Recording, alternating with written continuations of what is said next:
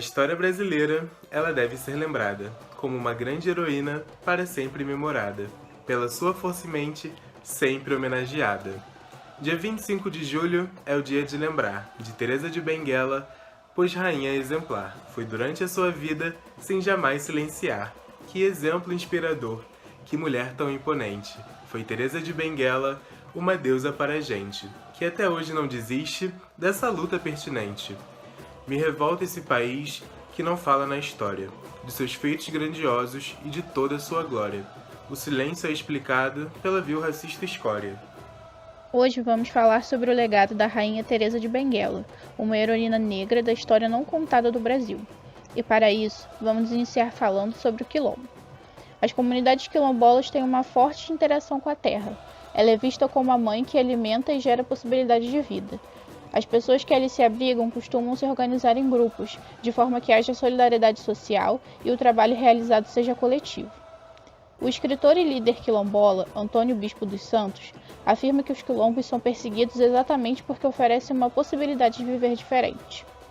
Segundo o Nego Bispo, hoje em dia ainda é possível encontrar muitas comunidades praticando relações de vida estruturalmente semelhantes às praticadas por palmares, canudos, caldeirões e pau de colher.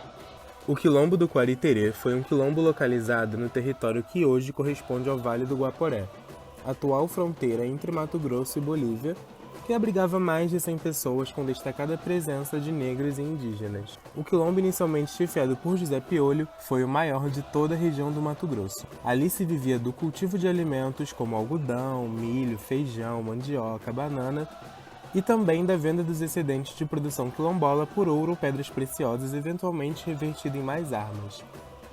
Por ser um território de difícil acesso, o Quilombo do Quariterê foi o ambiente ideal para a rainha Teresa de Benguela coordenar um forte aparato de defesa e articular um parlamento para decidir em grupo as ações da comunidade.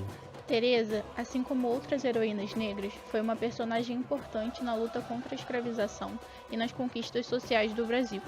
As heroínas são referências intelectuais e de resistência das quais devemos nos orgulhar e se espelhar. Contudo, foram invisibilizadas pela historiografia brasileira. Teresa de Benguela vivia no século XVIII e foi casada com José Piolho. Sua origem é desconhecida, não se sabe ao certo se a rainha tem nacionalidade brasileira ou se trata de uma africana de Angola. Não há sequer uma data próxima de seu nascimento. Apesar das diversas imagens de Teresa que estamos apresentando aqui para vocês, não sabemos ao certo como era seu rosto e demais características físicas, devido ao racismo epistemológico que tende a apagar a história da população negra. O que se tem certeza é que sua vida fez parte da história pouco contada do Brasil. Com a morte de seu marido, Piolho, Benguela passou a chefiar o quilombo. Sua liderança se destacou com a criação de uma espécie de parlamento e de um sistema de defesa. Diante de tanta luta e resistência, Teresa de Benguela se consolidou enquanto liderança e era respeitada e reconhecida por todos naquele local. Ela navegava imponente pelos rios do Pantanal e todos a chamavam de Rainha Teresa.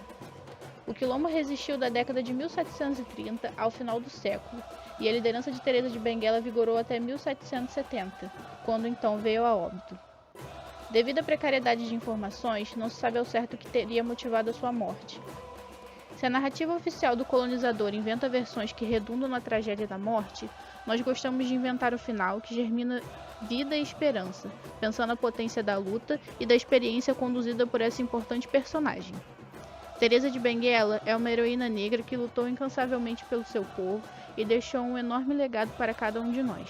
A força e estratégia de Benguela não foi esquecida. Apesar dos poucos registros de sua luta, a líder se tornou um sinônimo de força e de coragem.